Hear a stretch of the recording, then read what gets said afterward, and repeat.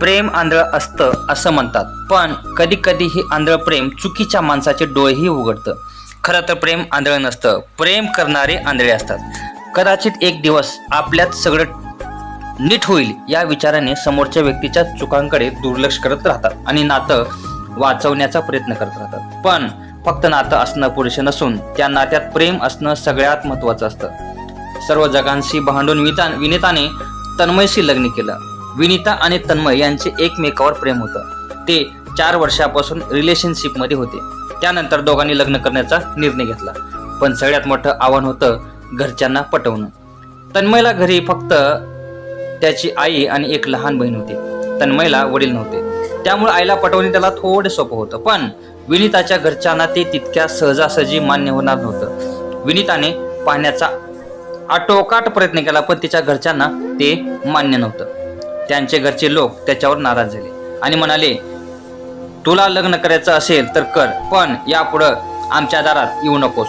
ही गोष्ट तिने तन्मयला सांगितलं. तन्मय म्हणाला की जर तू माझ्यावर खरंच प्रेम करतेस तर मी सदैव तुझ्यासोबत आहे. मी तुझ्या प्रत्येक प्रसंगात सोबत असेन. विनीताने यावर खूप विचार केला.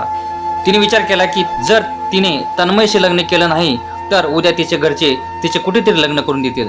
पण ती इतर कोणाशीही आनंदी राहणार नाही, कारण ती तन्मयपेक्षा जास्त आहे. तिचं प्रेम होतं आणि ते करू शकत होते. त्याच्याशिवाय जगण्याचा विचारही करत नाही. आणि तिने तन्मयशी लग्न केलं तर उद्या तिच्या घरच्यांनाही दिसेल की ती तन्मयसोबत किती आनंदी आहे. मग कदाचित तिच्या घरातील लोकही त्याच्या नात्याला मान्यता देतील. त्यामुळं विनीता तन्मयशी लग्न करायचे ठरवते आणि तिने तिचं घर सोडते. आता त्यांच्या लग्नाला 1 वर्ष झालं. सर्व काही ठीक चाललं होतं. मग असं झालं की तन्मय ज्या इलेक्ट्रिकल कंपनीत काम करायचा ती काही कारणास्तव बंद पडली आणि तन्मयची नोकरी गेली. या सगळ्यानंतर त्याच्या घरात खूप कठीण दिवस जात होते. तन्मय दुसरी नोकरी शोधत होता, पण कुठेच काही काम होत नव्हतं. विनीता ब्युटी पार्लर चालवायची आणि त्यातून आलेल्या पैशातून घर चालवायची. तन्मय खूप अस्वस्थ होऊ लागला. तो रोज संध्याकाळी दारू पिऊन घरी यायचा आणि घरात गोंधळ घालायचा. विनीता त्याला इतकं समजावायची की असं करू नकोस, सगळं ठीक होईल, तुला लवकरच नोकरी मिळेल. पण तन्मय त्याला शिवीगाळ करून हाकलून द्यायचा. या सगळ्यामुळे विनीता सुद्धा खूप अस्वस्थ झाली होती. मी सर्व काही सोडून लग्न केलं आणि आता हे सगळं घडत आहे. तिला त्याच्या आईवडिलांची आठवण येऊ लागली, पण ती त्यांच्याशी बोलूही शकत नव्हती. स्वतःहून घरी निघून गेली. तू आलास ते कर. 1 महिना झाला होता, काही ठीक होत नव्हतं. तन्मय रोज दारू पिऊन यायचा आणि घरात गोंधळ घालायचा. त्याच्या आई आणि बहिणीने त्याला खूप समजावलं. विनीताही स्वतःहून तन्मयसाठी नोकरी शोधत होती. एकदा तर विनीताला तन्मयची इलेक्ट्रिकल दुकानात नोकरी लागली, पण तिथं त्याला ते आवडलं नाही आणि 15 दिवसात ती नोकरी सोडून गेला.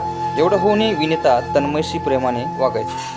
तन्मय दिवसभर घरीच असायचा आणि विनीता दिवसभर ब्युटी पार्लरमध्ये काम करायची. संध्याकाळी घरी आल्यावर सगळ्यांसाठी जेवण बनवायचे आणि घरची कामं करायची. तन्मय आता विनीताशी फारसा बोलतही नव्हता. विनीताशी वाटेल ते करायचे. असेच बरेच दिवस निघून गेले होते. तन्मयला बघितले की विनीता कधी त्याच्याकडे तक्रार करत नसे, कधी ती मुकपणे घरभर सांभाळून घ्यायची. तन्मयला हे सगळं बघून खूप वाईट वाटत होतं. लग्नानंतर त्याने काही सुख दिलं नाही विनीताला. तिचीही काही स्वप्ने असतील, इच्छा असतील. या सगळ्याचा विचार करून एका दिवशी तो विनीताला म्हणाला की मला काही पैसे हवे आहेत, तुम्ही देऊ शकता का? विनीताने तन्मयकडे काहीच मागितले नाही. तिने लगेच वाचवलेले 20,000 रुपये तन्मयला दिले. तन्मय दुसऱ्या दिवशी कोणाला न सांगता घराबाहेर गेला. सलग काही दिवस तो रोज कुठेतरी जायचा. तो कुठे आहे आणि काय करतो हे त्याने घरी कोणाला सांगितलं नाही. आणि घरी काही दिवस राहिल्यावर ती म्हणाली की उद्या सगळ्यांना माझ्यासोबत कुठेतरी जायचं आहे. विनीता म्हणाली, मी नाही जाऊ शकत, मला ब्युटी पार्लरला जायचं आहे. तन्मय तिला प्रेमाने सांगतो की उद्या ब्युटी पार्लर बंद होणार आहे आणि तू माझ्यासोबत चल. विनीता म्हणाली ठीक आहे. दुसऱ्या दिवशी तन्मय त्याची आई, बहीण आणि पत्नीला घेऊन एका दुकानात गेला. तिथे त्याने सांगितले की त्याने एक छोटे इलेक्ट्रॉनिक्सचे दुकान उघडले आहे, ज्यात खूप फारसा स्टॉक नाही, पण ते दुकान सुरू करायला पुरेसे आहे. आज त्याचे उद्घाटन आहे. ते दुकान म्हणूनच मी हे तुमच्यासाठी आणलं आहे. तेव्हा विनीताला समजलं की तन्मय काय म्हणायचा. इतके दिवस तो दुकानाच्या कामात व्यस्त होता. तेव्हा विनीताने विचारलं, एवढे पैसे कुठून आणले? तन्मयने सांगितले की मी 20,000 रुपये दिले आहेत, बाकीचे सर्व काही मित्राकडून उसने घेतले आहे. हे हळूहळू परत करेन. हे सर्व पाहून तन्मयची आई, बहीण आणि विनीता यांना खूप आनंद झाला.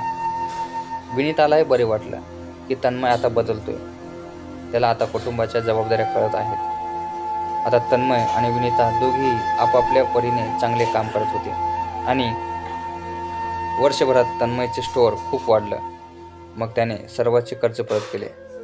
विनीताच्या प्रेमाने तन्मयला पूर्णपणे बदलून टाकलं होतं आणि आता त्याचे कुटुंब कोरडे आणि सुखी कुटुंब होते. प्रेम ही एक भावना आहे जे मनापासून नाही तर मनापासून असते.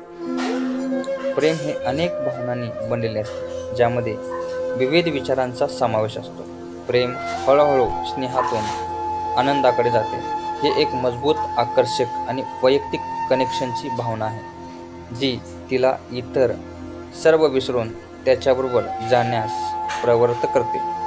तर मित्रांनो, कहाणी कशी वाटली? कहाणी जर आवडली तर सर्वांनी लाईक करा आणि चॅनलवर नवीन असाल तर प्लीज चॅनलला सबस्क्राईब करायला विसरू नका.